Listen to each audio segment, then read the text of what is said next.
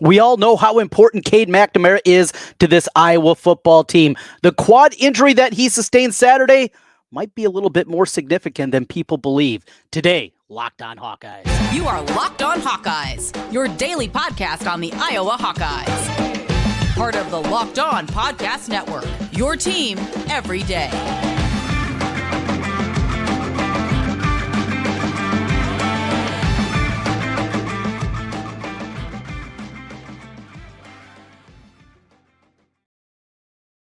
Welcome in. I'm Trent Condon, and this is the Locked On Hawkeyes podcast.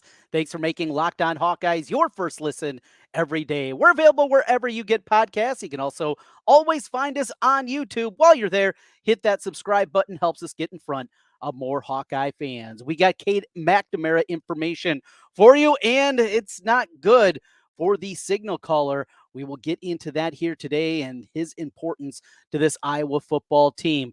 Beth Goetz, the interim athletic director at the University of Iowa. She met the media for the first time today. We break things down and what we heard from her, her vision in the interim role, and how long will the interim tag be on Beth Goetz before the likelihood she becomes the newest athletic director at the University of Iowa. Plus, the women's basketball team will be playing that exhibition game coming up in October against DePaul, and ticket sales are brisk.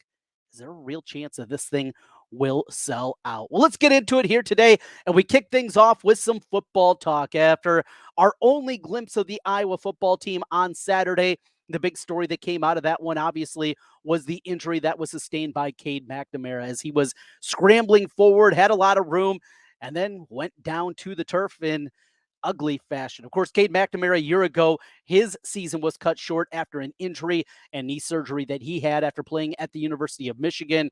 He departs, makes his way here to Iowa City, and during spring, well, he was not able to practice fully. He was able to get some reps towards the end of spring practice, but still making his way back. And when the injury first happened on Saturday, many of the concerns were that surgically repaired knee, if that's what the injury was. We found out very quickly that was not the case. Kirk Ferentz said afterwards it was a soft tissue injury, and soft tissue injuries are the term that Kirk Ferentz likes to use with most everything, unless it's a broken something. That's usually what you're going to hear from Kirk, that it's soft tissue, and that's the terminology that he likes to use.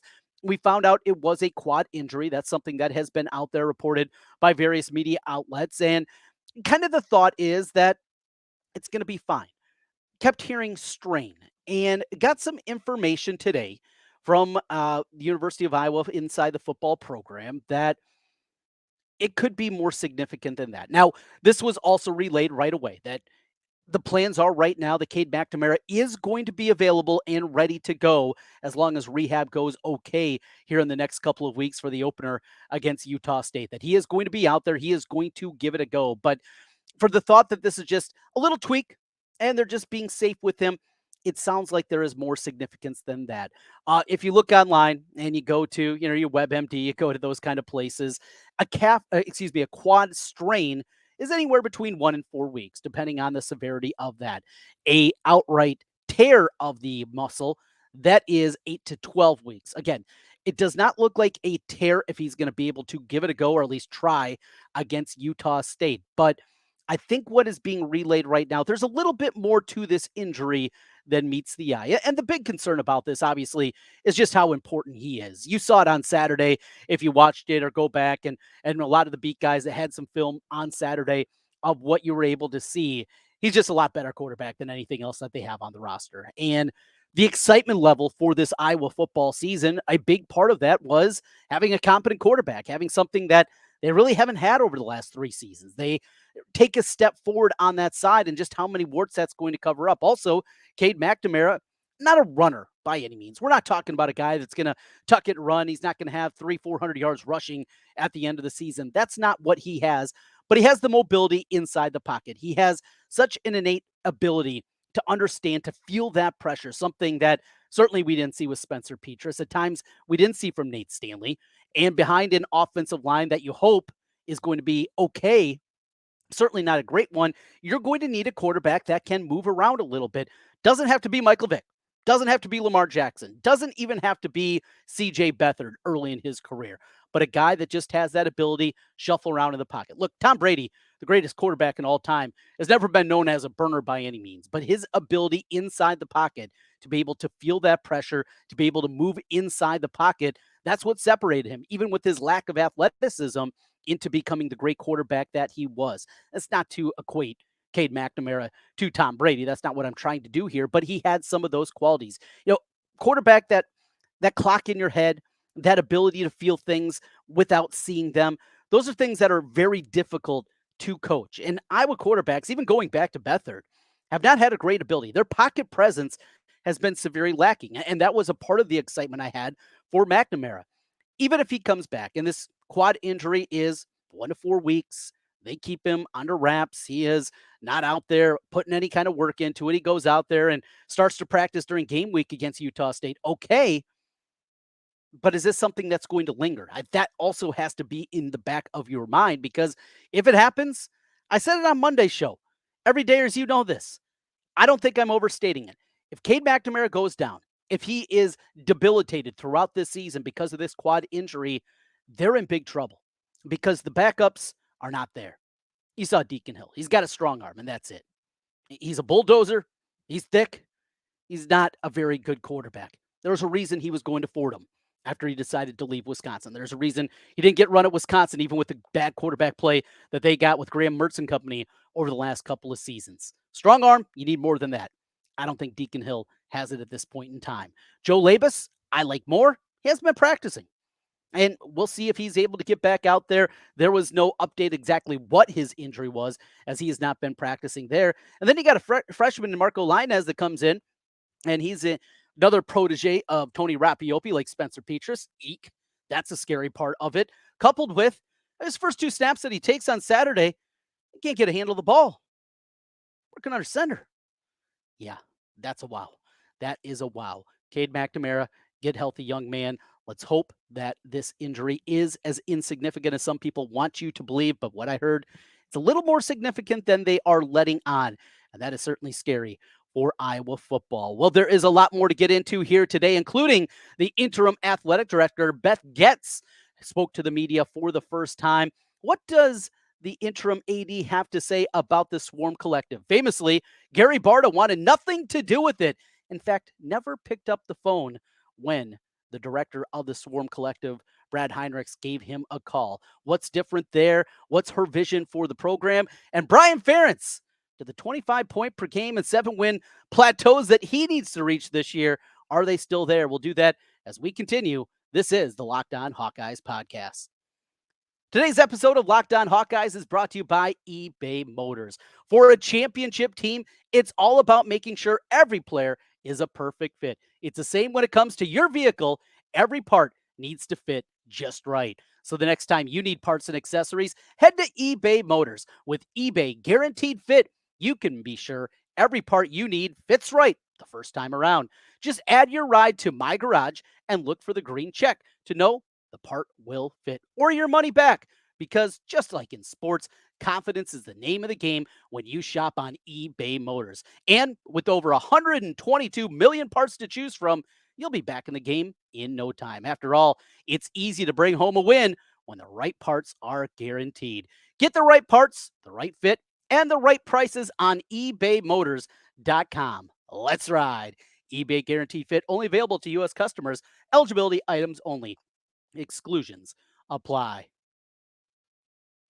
Trent Condon back with you again here on the Locked On Hawkeyes podcast. Thanks for making Locked On Hawkeyes your first listen every day. Glad to have you aboard with us here today as we go into the weekend and our final weekend without football. That's right, week 0 coming up next weekend. Looking forward to that. We'll get a little Big Ten flair out there. We'll get Navy, Notre Dame. We'll, of course, have an opportunity to make some picks brought to you by FanDuel. We'll have that coming up for you next week here on the program as we count down to kickoff.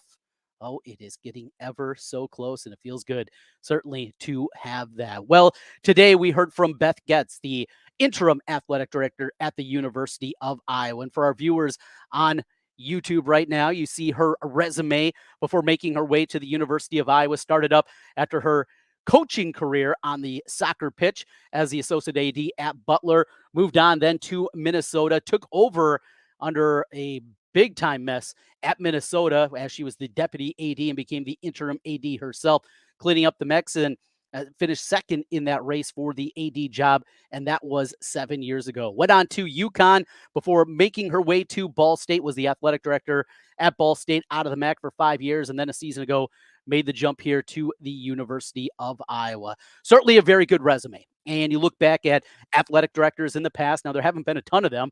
Well, Bump Elliott to Bob Bowlesby, and now Gary Barta. That's a pretty good job, right? You get this job, you're going to have it for a long time. At least that's been the case in semi-recent history. That has been something that is there. Beth Goetz has the resume. She will have a resume as good as anybody ever to get the athletic job, the AD job at the University of Iowa. There's no doubt about that. One thing I still maintain is just make sure to look around. Beth Goetz is highly qualified. It has nothing to do with her qualifications. It has nothing to do with her gender. It has nothing to do with her resume. It has to do with this for me. At this point in time, we see the continued change from the Power 5 structure, Pac 12 going away, to a Power 4. Well, it's really a Power 2. The best jobs in this sport are in the SEC and in the Big Ten. And you want to have one of those jobs. Well, Iowa, well, they got a spot at the table, right? And there are only 34 of these jobs available in the country. Maybe there is a sitting athletic director in the ACC, the former Pac 12, even the Big 12. Maybe there's somebody there, like a Gene Taylor, on and on, that would be interested in the job. And I think at minimum, you have to make sure that you are interviewing other candidates. Beth Goetz very well could be the best person for this job. And if she is, I hope she gets the job. I just don't want to see the University of Iowa limit themselves because this is a big job. This is one of the top 25 athletic departments in the country in terms of revenue. They are in the top 15 in a bunch of different metrics. This is a big time job, and make sure that you are handling it in that kind of fashion. Now, after hearing from her today, no surprise from everything that we have heard and talked about her when she took over in the interim role and even going back when she got this job, knocked it out of the park. I mean, you have an opportunity in your first impression to really kind of shape what the view of her is, and it was incredible. She did a great job up there on the podium. She answered questions truthfully. She was also in depth. She doesn't waste words. There's not a whole bunch of filibustering there. That's not what you get out of Beth Goetz.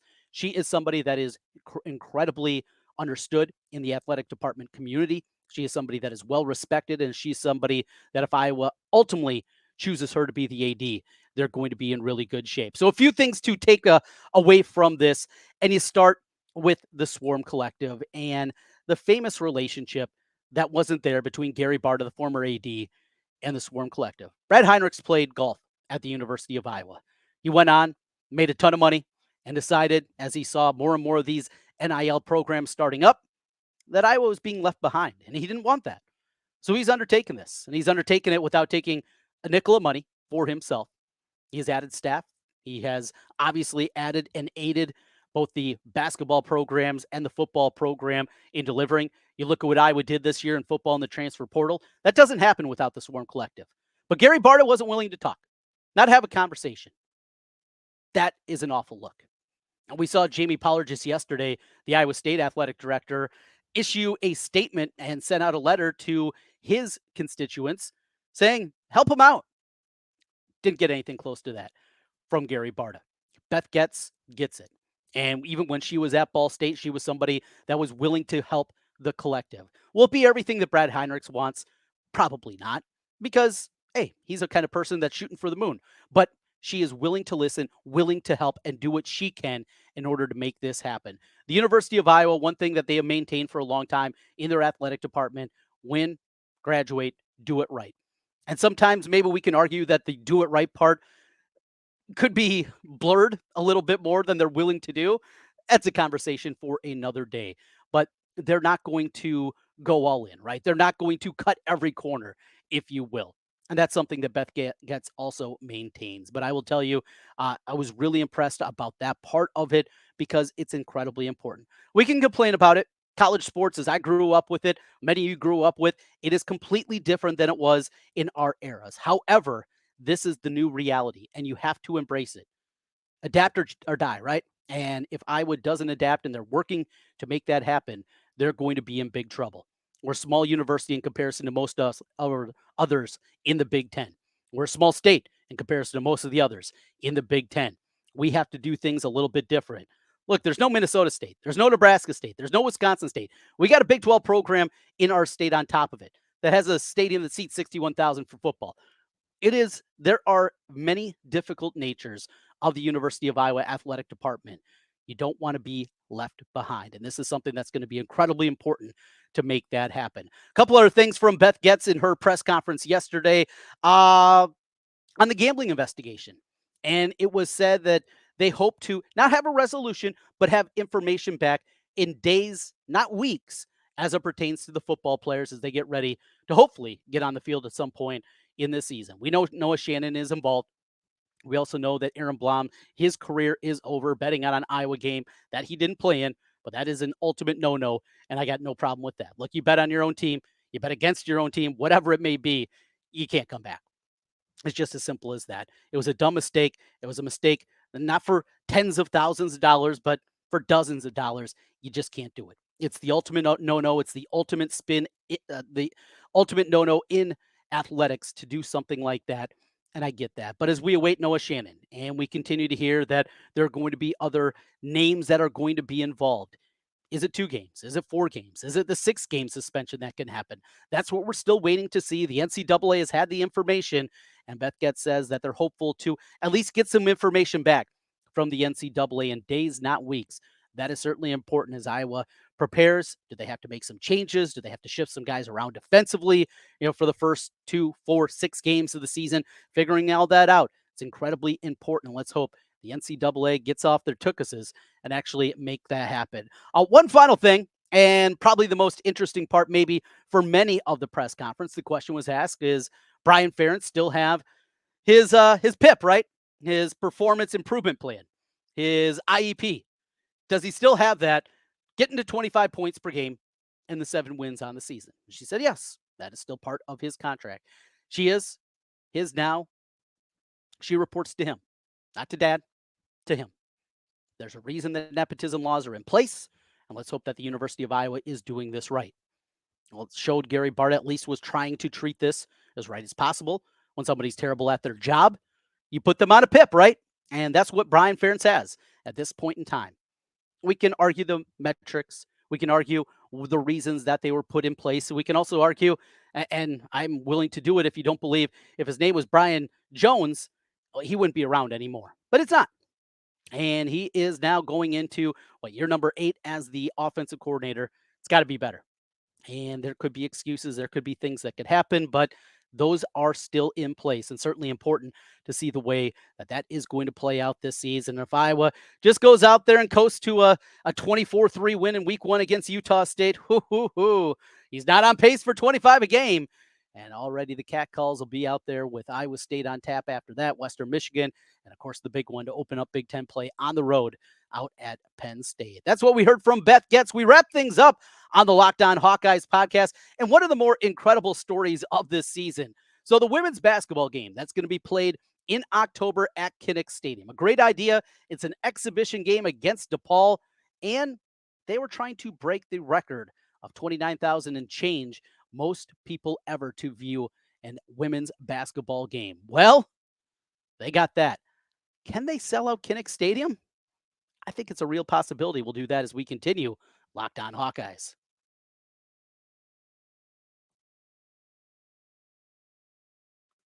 Trent Condon back with you one final time on the Locked On Hawkeyes podcast. As always, thanks for making Locked On Hawkeyes your first listen every day. Your team every day. That's what we do here on the Locked On Network. We have you covered. Locked On Big Ten. If you want a viewpoint of everything happening across the league, we got you covered there. Fantasy football right around the corner. How about that? Locked On Fantasy Football. You're a gambler?